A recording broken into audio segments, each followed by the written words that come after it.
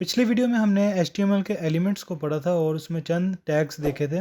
तो इस वीडियो में हम अपनी पहली फर्स्ट HTML फाइल बनाते हैं। तो ये मेरा VS कोड एडिटर है। अगर आपको मेरी कोडिंग के दौरान साइज छोटा लगे या बड़ा लगे तो आप कमेंट में उसको ज़रूर बता दीजिएगा। तो अगर हमने VS कोड एडिटर के अंदर एक फ़ाइल बनानी है तो उसकी कमांड है Ctrl+N और मैक वालों के लिए कमांड N होगी। तो अभी ये हमारी एक सिंपल फाइल है, तो इसको हम Ctrl+S के ज़रिए सेव करेंगे तो ये आपके सामने शो हो जाएगा। तो अब मैं इसका कोई भी नाम रख सकता हूँ, अब्दुल्ला कोडिंग .html।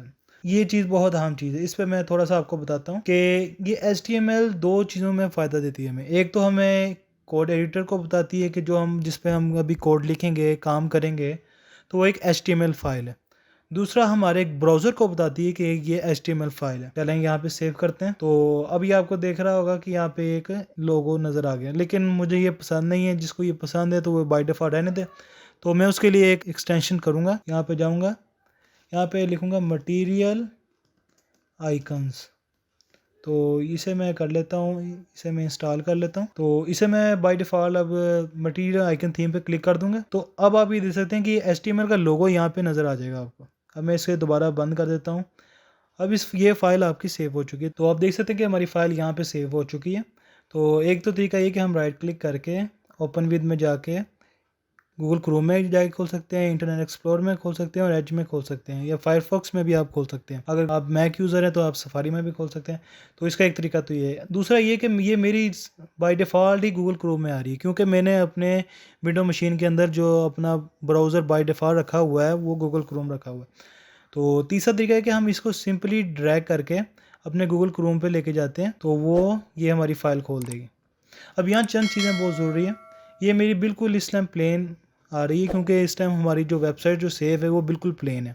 तो आप ये देख सकते हैं कि हमारी बिल्कुल HTML शो हो रहा है और ये किसी सर्वर पर सेव नहीं है, होस्ट नहीं है, बल्कि एक हमारी जो PC विंडो पर है तो ये उधर सेव है। तो अब हम इसमें थोड़ा सा डाटा रख लेते हैं। तो डाटा हम लेते हैं अपने चैनल यूट्यूब के अबाउट सेक्शन में से। तो ये मैं अपना यूट्यूब का चैनल है, अगर आपको अच्छे लगे तो सब्सक्राइब वगैरह कर दें। तो यहाँ से हम इतना सा डाटा कॉपी करते हैं, Ctrl+C।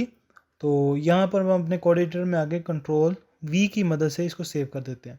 तो आप देखेंगे कि ये वाइट कलर का आइकन शो होने लग गया है, जो ये बता रहा है कि इस फाइल को अभी सेव नहीं किया गया। तो ये फाइल अभी हमारे ब्राउज़र में शो नहीं होगी। तो आप देख सकते हैं कि मैं इसको यहाँ पे क्लिक करता हूँ, या Ctrl+R की मदद से या F5 कीबोर्ड की मदद से मैं रिलोड करता हूँ, देखता हूँ, तो मेरी कोई चीज़ भी यहाँ पे डिस्प्ले नहीं हो रही। तो अब मैं Ctrl+S की मदद से करता हूँ, तो हमारी फ़ाइल सेव हो गई है। ये बता रहा है कि अब हमारा इस पे काम नहीं चल रहा। तो अब हम अपने ब्राउज़र में जाके रिलोड करते हैं, Ctrl+R करेंगे या F5 करेंगे, तो ये जो डाटा हमने लिखा था, मैं जूम कर लेता हूँ, तो ये शो हो जाएगा। ये वही डाटा जो मैंने अपने उस HTML फाइल के अंदर स्टोर किया हुआ है। तो ये एक सिंपल सा था, लेकिन अगर मैं अब चाहता हूँ कि इस हिस्से को मैं बोल्ड कर दूं, तो उसके लिए हमने जो एलिमेंट टैग देखे थे ग्रेटर देन B, और हम इसको क्लोज करेंगे तो ये ऑटोमेटिकली ये शो होने लग जाएगा।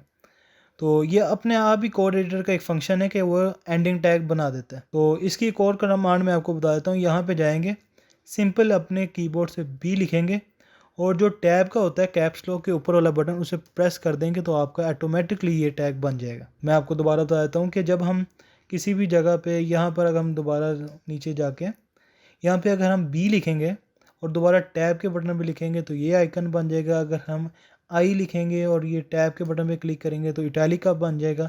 बहुत ही कोड एडिटर VS कोड में हमें मज़ा आता है कोडिंग करने का। तो मैं इसे रिमूव कर देता हूँ। तो वही मैं अपना एक नॉर्मल इस्तेमाल करूँगा, एक B और ये क्लोजिंग टैग। इसको मैं इतना सा कट करता हूँ Ctrl+X की मदद से, और यहाँ पे मैं इसको सेव कर देता हूँ। अब मैं Ctrl+S दबाता हूँ तो हमारी फ़ाइल सेव हो जाएगी। तो अब यहाँ पे कोई चीज़ शो नहीं होगी, क्योंकि ये ऑटोमेटिकली रिलोड नहीं हुआ।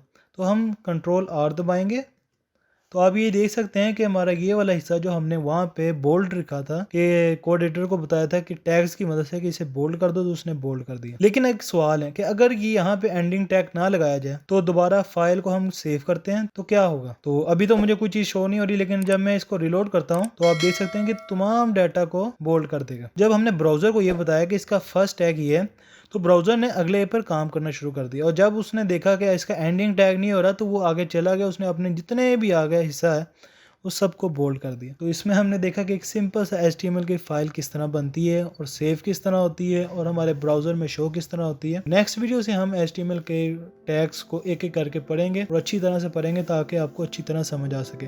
अगर आपका कोई सवाल वगैरह हो तो कमेंट में बता दीजिएगा, मैं इंशाल्लाह आपको यकीनन जवाब उसका दूंगा।